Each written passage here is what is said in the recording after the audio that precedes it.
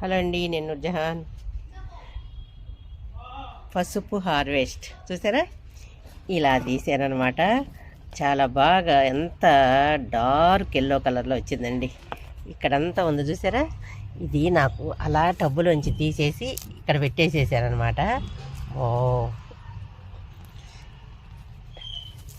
నాకు ఇక తీయటానికి వీలు కాలేదు.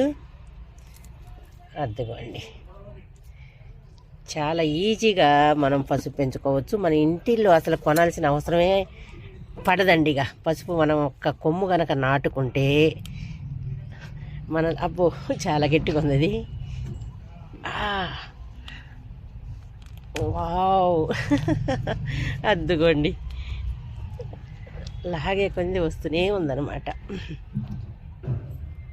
ఇప్పుడు ఈ మట్టి ఉంది చూసారా, ఈ మట్టి అంతా నేను మైక్రో గ్రీన్స్ వేయాలని ఇప్పుడు దీన్ని తీయాల్సి వచ్చిందనమాట.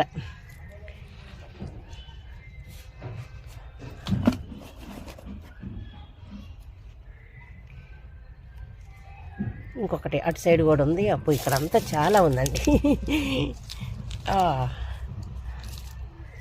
చూసారా, వావ్,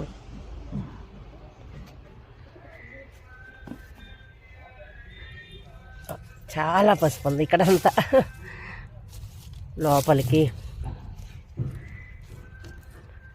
అయ్యో, ఇది చూసారా, లేట్ అయ్యేసరికి ఏమైపోయిందో చూడండి. ఫంగస్ వచ్చేసింది అడుగుదానికి. అందుకే తొందరగా తీసుకోవాలండి. ఒక 10 days ముందే తీయాల్సింది నేను. ఇదిగోండి, కొన్ని కొమ్ములు పాడేని చూసారా, చాలా ఉందండి ఇక్కడంతా. అద్దుకోండి,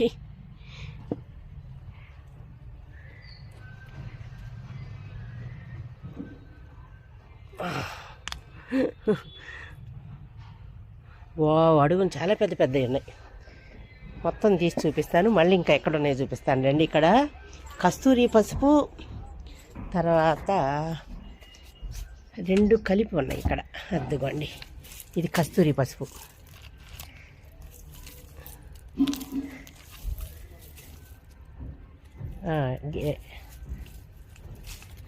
పచ్చ పసుపు ఉంది, కస్తూరి పసుపు అనమాట. ఇది ఫేస్కి రాసుకోవటానికి పౌడర్ కొట్టి ఫేస్కి రాసుకోవటానికి బాగా పనికి వస్తుందండి. ఇదంతా చాలా ఉంది. ఇదిగోండి,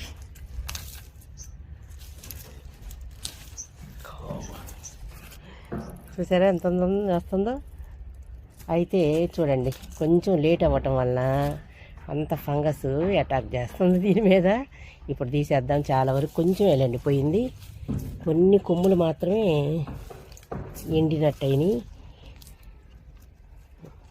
చాలా పసుపు ఉంది. ఇది పచ్చ పసుపు లాగుంది.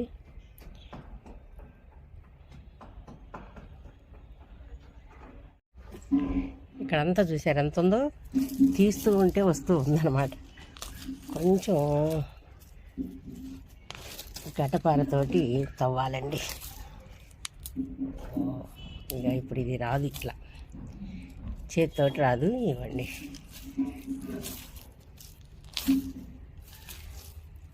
ఇది మనకి ఫేస్కి ఉపయోగపడిద్దండి. అబ్బో, ఇది చూసారు, ఇది ఎంత అసలుకి హల్లుకుపోయిందో. ఇది కస్తూరి పసుపు అంటారు దీన్ని. నల్ల పసుపు కూడా ఉందండి. నల్ల పసుపు కూడా తీసాను పోయినసారి. అది దేనికి ఉపయోగపడదు మనకి, ఆయుర్వేదంలో ఉపయోగిస్తారు. నెక్స్ట్ ఈ పసుపు ఉంది కదా, పచ్చ పసుపు. మనం తెలుసు, మీకు ఇంతకుముందు వీడియో చేసి పెట్టాను.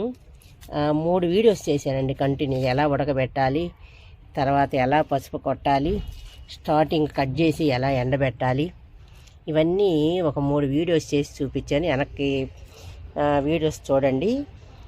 ఇప్పుడు తీసిన తర్వాత శుభ్రంగా కడిగి ఉడకబెట్టి మనం వాడుకోవటానికి అనమాట, వంటల్లో వాడుకోవటానికి ఉడకబెట్టి ఎండబెట్టి పౌడర్ చేసుకోవాలి.